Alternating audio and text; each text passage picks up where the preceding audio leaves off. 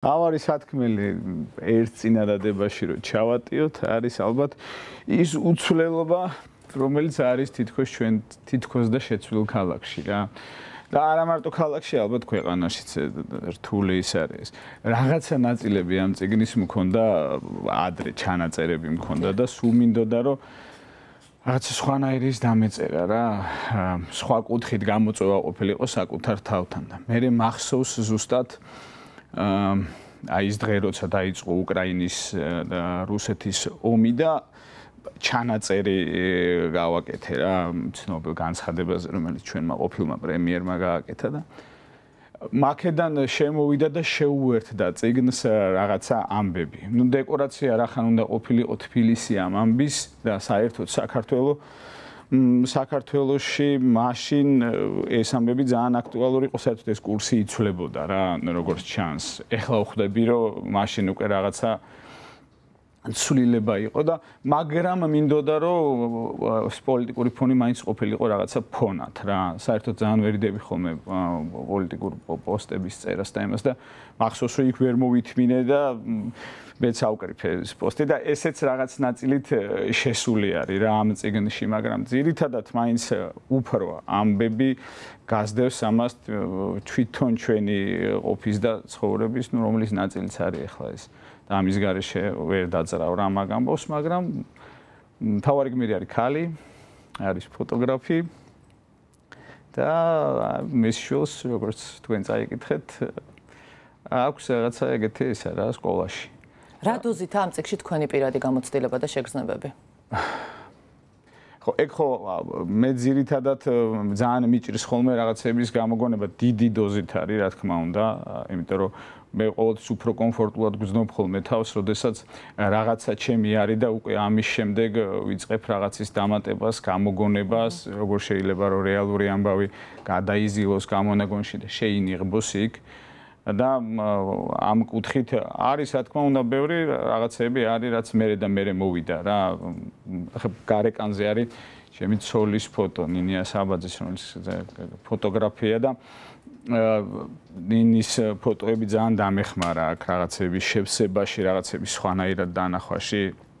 იმიტომ რომ საჭირო იყო რომ რაღაცა სხვა სამყარო ყოფილიყო რა ქეთა მხრიდან, იმიტომ რომ ეს ადამიანი თავარი გმირი ვინც არის ამ რთულ იმაში პლუს ამას ივენარჩუნებს იმას რაღაცა როგორც ფოტოგრაფიის უყურებს რა სამყაროსთან.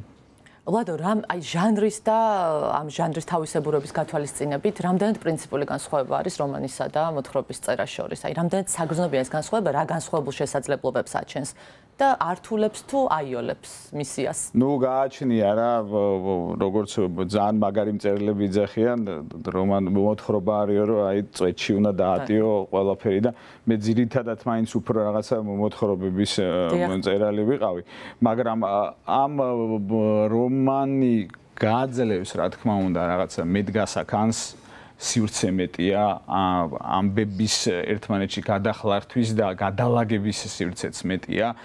თუმცა მაინც ვფიქრობ, რომ არ იყო ეს თავიდან როგორც რომანი რა.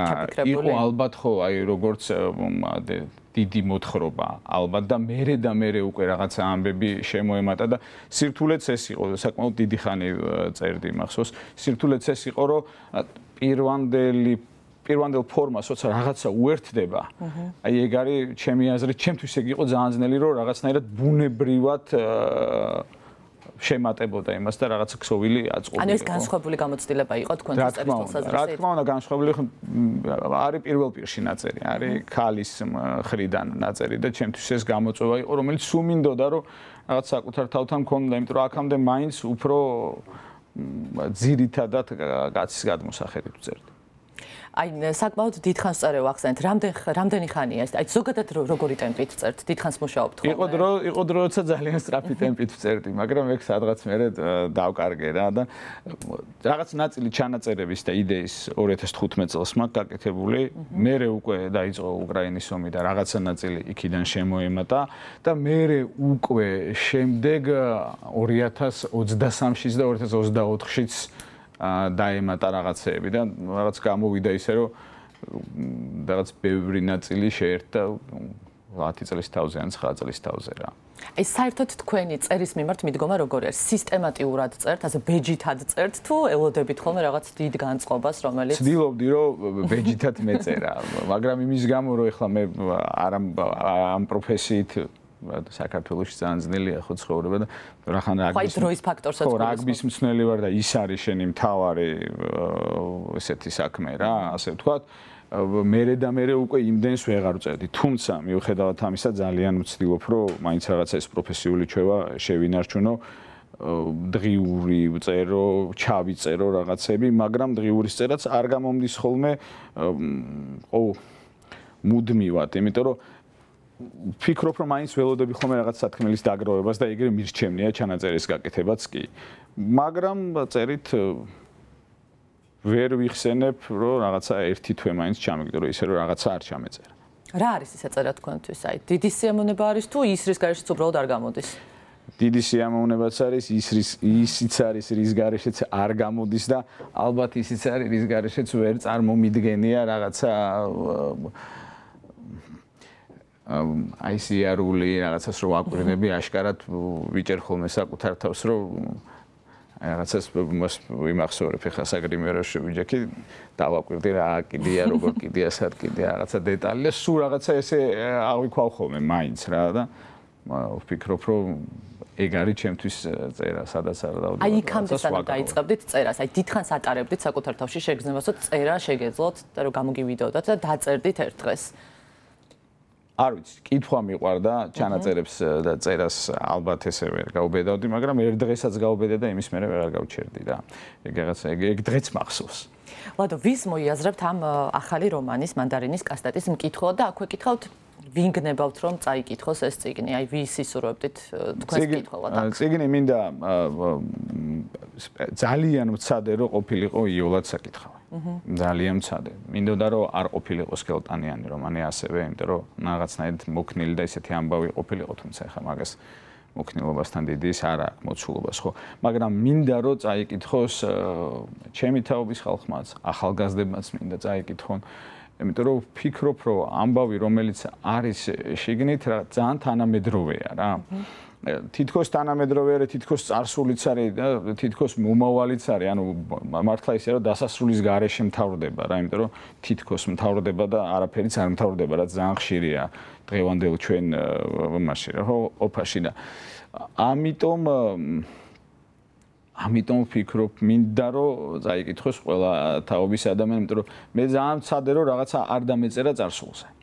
მაგრამ მიუხედავად ამისა, ვფიქრობ რომ ერთხელ ლაპარაკობდით მე და ბესო სოლომონაშვილი და კინოზე ლაპარაკობდით და რო ვკითხე აი კინო რატო იყო მეთქი ესეთი მაგარის ძველი რაც გვაქვს და იმიტომ რომ ის დიდი ხანი ქონდათ იმ რეჟისორებს იმ ეპოქის და იმ დროის შესაცნობად, ამოსაცნობად, შემდეგ დასაფიქრებლად და ამ კუთხით ლიტერატურა ჩემთვის ძალიან საინტერესოა, იმიტომ რომ ხო იცი ყველას თავისი საქმე მიაჩნია ყველაზე ისეთი, მაგრამ ვფიქრობ რომ როდესაც ადამიანი თანამედროვეობაზე წერს, გარკვეული დროის შემდეგ, როცა აქვს დასაფიქრებლად და რაღაცის დასაღვინებლად, ხო, ამის შემდეგ ის ჩანაწერი თუ დარჩება, იმ დროზე ყველაზე კარგად ყვება, ასე ვთქვათ, ყველაზე კარგი კონსერვირება არის იმ დროის ხატრულ ტექსტში. თუ ვფიქრობ, რომ ამ კუთხით ეს მაინტერესებდა, რომ დღეს რაც იყო, იმიტომ რომ ზუსტად მახსოვს ეს უკრაინის ომი რო დაიწყო, ყველა რომ უეცრად ერთ დღეში რო თბილისში ყველა გენერალია, ყველა რაღაცა სამხედრო იმაში არის გარკვეული ზოგი რას ლაპარაკობს, როგორ სწრაფად იცვლება ეს აზრები და ერთი დღე ვიღაცა გმირია, მეორე დღე ვიღაცა აღარ არის, ზუსტად ის აღარ არის გმირი და ეს მინდოდა რომ რაღაცნაირად ფონად ყოფილიყო რა ამ ამბის ამ ამბავში. რომანის სახელწოდებაზეც მინდა კითხოთ, აი განსაკუთრებით შთამბეჭდავი მომეჩვენა სახელწოდება მანდარინის კასტეტი. ზოგადად რთული არის ხოლმე თქვენთვის წიგნის სახელწოდების შერჩევა და აი ამ შემთხვევაში როგორი იყო? ძირითადად დასაწყისი და ბოლო ვიცი ხოლმე ყოველთვის და მე უკვე ვფიქრობ ხოლმე სათაურზე. ამ შემთხვევაში სათაური სადღაც შუა წერისას მოვიდა, იმიტომ რომ შუა წერისას დავწერე ბოლო. აი ესეც წერთ ხოლმე რომ შეიძლება ბოლო ნაწილი დაწეროთ და ანუ ეს პომიდოროა. ძირითადად როცა ვიწყებ, ვიცი ხოლმე პირველი და დასაწყისი ვიცი და ვიცი ხოლმე ბოლო, იმიტომ რომ ეგრე მიადვილდება რომ ვიცოდე საით მივდივარ. მაგრამ აქ მახსოვსო სადღაც შუაში ბოლო შეიცვალა. სადღაც რომ წავედი, იმიტომ რომ მივხვდი რომ ეს წიგნი ხო მარტო იმაზე არ არის, ეს ალბათ არის კიდე იმაზე არ მინდა რომ წინის გამომივიდეს, ჩვენ ხო არასოდეს აღარა ვართ ისეთები, როგორიც სკოლაში მისვლამდე ვიყავით. ეს სკოლაში რომ მიხვალ იქ რომ მოხვდები იმ სამყაროში, სადაც მშობლები აღარ არიან, ბეტონის ჯუნგლებს დავარქმევდი რა უფრო რა, ეგეთი იქიდან ადამიანი მე იცვლება. და ზოგი იცვლება, ყველა იცვლება, ზოგის ცვლილება მტკივნეულია, ზოგს ეს ცოტა სხვანაირად ახსოვს და ყველა აი ეხლა ეგ რო თქვა მე უკვე გამოვარო აღარ ექნება. ის ზუსტად მაქედან მოვიდა სათაური.